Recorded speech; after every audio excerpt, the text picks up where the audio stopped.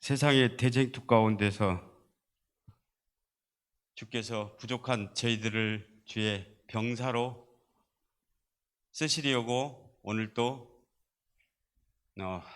우리를 일일이 불러서 교회로 아니면 방송으로 통해서 다시금 예수 그리스도를 만나는 시간이 되었습니다. 기쁜 안식일입니다. 디모데 후서 3장 1절부터 같이 한번 읽겠습니다. 너는 이것을 알라. 말세에 고통하는 때가 이르려니 사람들이 자기를 사랑하며 돈을 사랑하며 자랑하며 교만하며 비방하며 부모를 거역하며 감사하지 아니하며 거룩하지 아니하며 무정하며 원통함을 풀지 아니하며 모함하며 절제하지 못하며 사나우며 선한 것을 좋아하지 아니하며 배신하여 조급하며 자만하며 쾌락을 사랑하기를 하나님 사랑하는 것보다 더하며 경건의 모양은 있으나 경건의 능력을 부인하니 이 같은 자들에게서 내가 돌아서라. 5절 경건의 모양은 있으나 경건의 능력을 부인하니 이 같은 자들에게서 내가 돌아서라. 우리 한 그림을 한번 보겠습니다. 전사님, 이 그림 많이 봤죠? 만종이라고 하는데 밀러라는 사람이 가난한 화가가 그렸습니다. 근데 18세기 말까지 참 천대를 받았어요. 19세기까지 이 그림이. 이 프랑스에서 이 그림을 그리는 이 화가가 그렸는데 그는 농부의 그 환경에서 그런 그림들을 많이 그렸다고 합니다. 근데 이거 말고 또 하나가 또 유명한 그림 중에 이삭 죽기 그림이 있습니다. 여러분들은 이 그림을 보면서 뭘 생각합니까? 많은 사람들이 감자를 심다가 종을 울리는 소리에 이렇게 이 부부가 기도하는 그 장면, 이렇게 영감을 갖고 영상을 하게 됩니다. 여러분들은 어떻게 생각합니까? 정말 감자를 심다가 종소리에 이걸 그렇게 경건하게 기도하는 모습이라고 생각합니까? 화가가 이 그림을 그릴 당시에는 그 프랑스에 가뭄이 오고 재난들이 많은 가운데 인적인 것도 있고 여러 가지 재난 가운데 어린아이를 관 속에 넣고 기도하는 장면이라고 끝으로 이렇게 얘기를 합니다. 그 어린아이가 먹을 게 없어서 굶어서 죽었습니다. 그 어린아이를 묻는 부모의 그 마음, 그 심정은 어떻을까요? 지금 북한해가 1997년도에 약 300만이 굶어서 죽었다고 합니다. 지금은 약 한 500만 된대요. 우리는 등 따숩고 저부터 배부르면 행복한 걸로 알고 있지만 같은 동포인 저 북쪽에는 상황이 그렇다고 제가 알고 있습니다. 이 부부가 기도하는 그 장면은 우리가 다시 한번 우리 생각하는 그 과정을 다시 한번 돌이켜 보시기를 바랍니다. 다음 장면 한번 보겠습니다. 이 장면은 뭐일까요? 우리가 아시는 것과 같이 빌라도가 예수님을 백성들 앞에 세워놓고 뭐라고 하는 겁니까? 각자 은혜 받는 대로 한번 생각해 보시기를 바랍니다. 제가 이 이야기를 꺼내냐 하면은 제가 역사책을 요즘 많이 봐요. 그러는데 그 속에 뭐라고 나오냐면은 큰 나무가 고목나무가 되어 갈수록 물론 땅에서 물을 흡수하고 광합성 작용을 통해서 나무가 자라는 것도 있지만 열매를 맺히는 것도 있지만 이슬을 먹고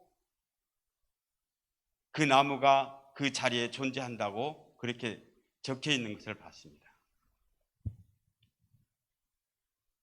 큰 나무일수록 이슬을 먹는다는 그 영감 속에서 제가 신앙을 40년을 넘게 하면서 나는 하늘에 내리는 만나를 어떻게 먹고 있는가 한번 생각을 해봤습니다. 저기 사진에 있는 예수 그리스도는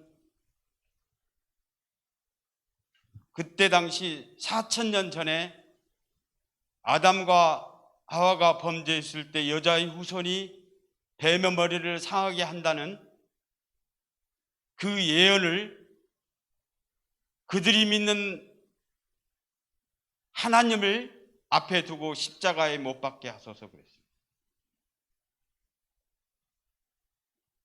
과연 내 영혼의 영적인 것은 어떻게 봐야 되는가?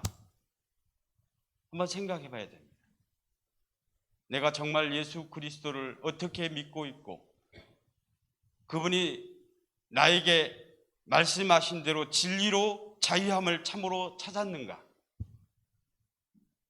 방금 디모데 후서 3장 1절부터 보는 내용이 말세에 고통하는 때가 이르리니 어제 저녁에 저녁 예배를 드리면서 이야기를 했습니다. 우리 집은 저녁 예배가 되면 찬미가를 2장을 불러요. 그리고 교가를 듣고 오늘의 하이라이트를 이렇게 얘기를 합니다. 예를 들어서 말씀을 보는데 너무 감동적인다든가 아니면 예언의 신을 본다든가 너무 감동적인다든가 아니면 교과에서 정말 내가 하고 싶은다든가 그 이야기를 서로 나누어요. 작년부터 찬미가를 1장부터 시작해서 어제까지 370장까지 딱 불렀어요. 아마 마지막 장까지 다 부르고 다시 돌아갈 것 같아요. 혹시 여러분들이 찬미가를 첫 장부터 마지막까지 장까지 한번 불러보셨는지 모르겠네요. 저희 가정은 그렇게 도전했습니다. 왜 그 이야기를 하느냐 하면 사실은 화이트분께서 얘기하기를 또한 말씀에 이야기를 우리가 안식일에 회복이 되어야 예수님 오십니다. 내 자신의 안식일에 회복이 돼야 되고 내 가정의 안식일에 회복이 돼야 되고 내 교회가 안식일에 회복이 되어야 예수님 오십니다. 이게 세천사의 기별이에요. 저는 이걸 아주 강하게 빛으로 받았습니다. 그러면 이 안식일이 회복이 되려면 어떻게 해야 되는가? 가정 예배가 회복이 돼야 된다. 저도 지금 가정 예배가 제대로 회복이 안 돼 있는데 가정 예배가 회복이 되게 되면 정말 안식일이 회복이 되는 겁니다. 참된 안식이 뭐냐면 진리로 자유함을 얻게 되는 겁니다. 그래서 안식일 금요일이 되면은 교회에 오는 그 시간이 너무 기쁘고 춤을 추면서 마치 다윗이 주의 법궤를 들고 예루살렘으로 갈 때 덩실덩실 춤을 추듯 우리가 안식일에 이 교회에 와야 정말 안식일에 회복이 되는 겁니다. 진리로 자유함을 얻으려면 그렇게 돼야 됩니다. 제가 이 두 사진을 보여주면서 디모데 후서를 했냐면 경건의 모양은 있으나 경건의 능력이 없는 자에 돌아서라고 했어요. 여러분들은 자녀들 이야기부터 하죠. 어느 날 갑자기 시골에 늘 찾는 제 고향에 어떤 나무를 늘 거기에서 여름에는 거기 가서 평상을 피고 어르신들과 친구들과 거기서 논 동산이 있다고 합시다. 그런데 어느 날 가서 보니까 그 나무가 딱 타져서 없어져 버렸어요. 그러면 여러분들의 마음은 어떨까요? 뭔가 하나 허전하고 뭐가 뻥 뚫어져 버리는 그런 기분일 거예요. 저희 어머님이 1년 전에 돌아가셨는데 한 6개월 동안 허전하고 공허함 그 자체. 이번 주에 우리가 존경했던 사랑했던 그분이 잠들었다고 그 소식을 들었을 때 지금도 제 마음은 허전하고 공허하고 그런 상태입니다. 사실 경건의 모양과 능력을 구비한다는 그 자체는 지난주 우리 교과 시간에 우리 두 노인과 함께 이걸 논의했습니다. 만약에 저를 합시다. 제가 죽었다 합시다. 그러면 내 자손들이며 내 손들이 우리 할아버지를 어떻게 볼까? 저분은 죽으라고 일만 하고 스포츠 좋아하니까 저를 두고 하는 얘기예요. 공차로 가고 이것만 인식되면 안 된다는 것을 제가 최근에 깨달은 거예요. 아, 경건의 모양은 자손들이나 내 자녀들 앞에서는 항상 우리 아빠는 말씀을 보고 기도하는 사람인 것을 보았다. 우리 엄마 아빠는, 우리 할머니는, 우리 할아버지는 항상 시간 날 때마다 말씀 보고 기도하는 것을 인지한다고 생각해 봅시다. 그렇다면 그 자녀들이 우리 할아버지에 대해서, 손들이 아니면 자녀들이 우리 아빠에 대해서, 우리 엄마에 대해서 어떻게 생각할 것인가? 아, 그는 참 경건의 모양을 가진 사람이다. 저는 그렇게 결론을 내렸습니다. 경건의 모양이 말씀 보고 절대자인 하나님과 만나서 그걸 가지고 기뻐하고 감사하고 찬양하는 그 모습이 경건의 모양이라고 저는 결론을 내렸습니다. 이런 사람은 경건의 능력을 가질 수밖에 없습니다. 계시록에 보게 되면, 계시록 22장에 보게 되면 이런 말이 있습니다. 두루마기를 빠는 자. 저는 품성으로 안 보고 있어요. 두루마기를 빠는 자는 그는 말씀을 보는 사람이라고 봅니다. 말씀을 보는 사람은 반드시 뭐냐면 기도하는 자였습니다. 청년이 무엇으로 거룩해지리요? 그는 주의 말씀으로 거룩하여지다. 말씀을 보게 되면 주의 말씀으로 거룩하기, 뜻을 따라서 움직이는 어린 양이 어디로 인도하든지 따라가는 수밖에 없다고 저는 결론을 내렸습니다. 최근에 저희 막내하고 세은이죠. 요한계시록을 공부를 1장부터 마지막까지 딱 했어요. 며칠 아닌데 조목조목 이렇게 중심적인 것만 짚어줬어요. 나머지는 더 연구를 해야 된다 하고. 우리는 요한계시록을 보게 되면 제가 청년회 때 우리 하나님은 심판의 하나님이다, 이렇게 접했어요. 근데 최근에 요한계시록을 제가 자주 이렇게 1장부터 마지막 장까지 이렇게 보는데, 이번에도 또 봤는데, 태은이하고 공부 끝나고 또 봤어요. 근데 계시록을 쭉 볼 때마다 뭐냐면 마치 주의 병사들을 적진에 보내놓고 이 대장이 조마조마조마한 상태에서 자기 백성들을, 자기 병사들을 구원하기 위해서 헬기를 띄우고 대포를 지원 사격하고 비행기를 띄우고 막 다른 병사들을 동원하고 또 없으면 또 동원해서 그들을 구출하는 그런 장면입니다. 요한계시록 전체가요. 왜? 그들의 병사들 한 명도 의미 없이 죽는 것을 못 보기 때문에. 그분이 우리 예수님입니다. 요한계시록을 그렇게 보고 제가 이제 세은이한테 이렇게 얘기했습니다. 시간이 짧으니까 그것만, 세은이하고 공부한 내용만 얘기할게요. 1장을 딱 펴면서 요한이 안식일 날 하늘의 음성을 듣고 7 교회를 에게 편지하는 내용을 직접 기록하라. 그래서 7 교회에 대해서 얘기를 했습니다. 그 다음에 7 교회에서 일어날 사건들을 7 인과 7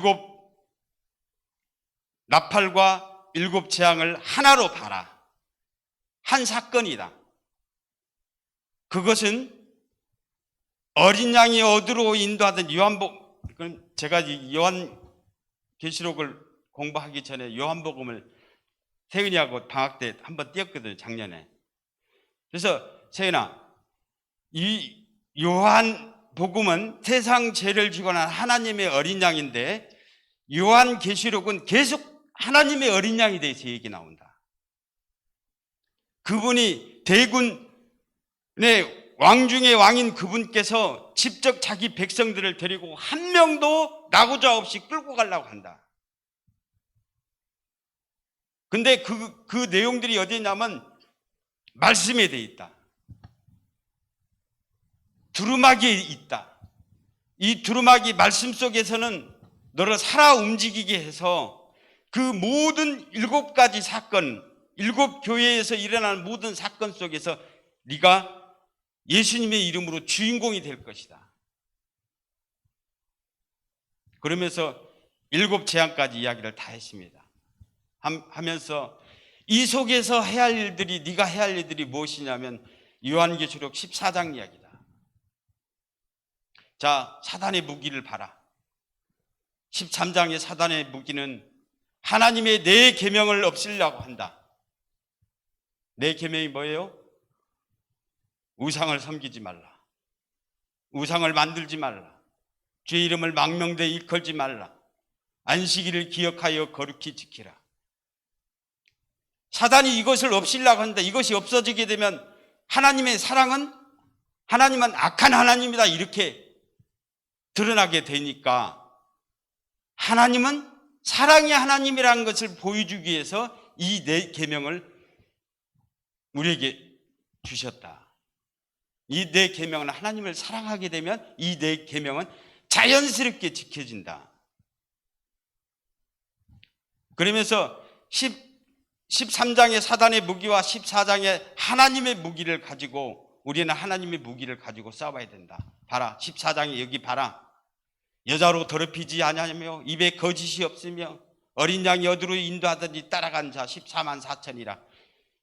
14만 4천은 상중수지만 이것은 여자로 더럽히지 아니하고 입에 거짓이 없다는 그 내용까지를 보게 되면 이 네 계명을 가지고 움직이는 것이 보인다.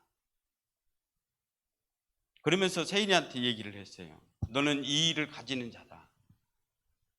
좀 이제 처음 초신자들이 이 이야기가 무슨 이야기인지 모르겠지만 왜 제가 이야기를 꺼내냐 하면요,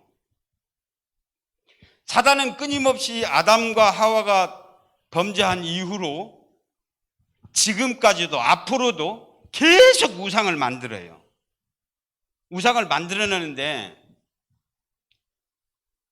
어떻게 만들었냐면, 제가 세계 역사는 수메르의 역사에서 이루어진다고, 그렇게 흐른다고 얘기합니다. 수메르가 지금 요즘에는 그 역사책에서 이렇게 발굴되는데요, 그 환단고기 속에서는 뭐라고 하냐면 광명한 나라라고 해서 그 수메르 나라를 많이 얘기를 해요. 거기 후손들이 여기 동이족으로 흐르고, 이 동이족들이 흐르는 그 과정들이 뭘 하냐면 제단을 쌓아요. 요즘 우리는 그 돌 무덤이라고 하잖아요. 그 뭐죠? 그 돌을 이렇게 받쳐놓고, 고인돌.